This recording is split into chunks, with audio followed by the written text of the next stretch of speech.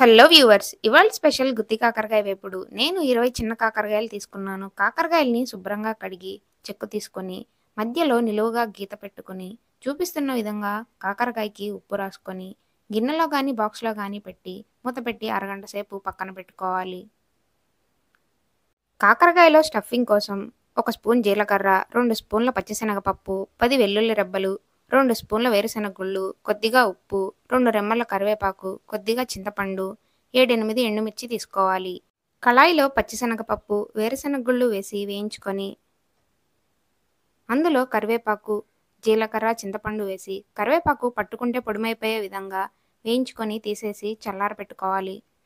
చల్లారిన వాటిని మిక్సీ గిన్నెలో వేసుకొని, వెల్లుల్లి రెబ్బలు, ఎండుమిర్చి, కొద్దిగా పసుపు, ఉప్పు వేసి మెత్తగా మిక్సీ పట్టుకొని పక్కన పెట్టుకోవాలి.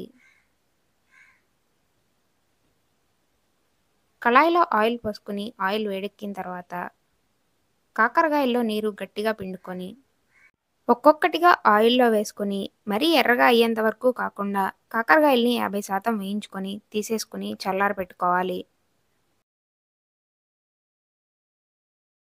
కాకరకాయలు చల్లారిన తర్వాత మిక్సీ పట్టుకున్న మసాలాని చూపిస్తున్న విధంగా కాకరకాయలో స్టఫింగ్ చేసుకోవాలి.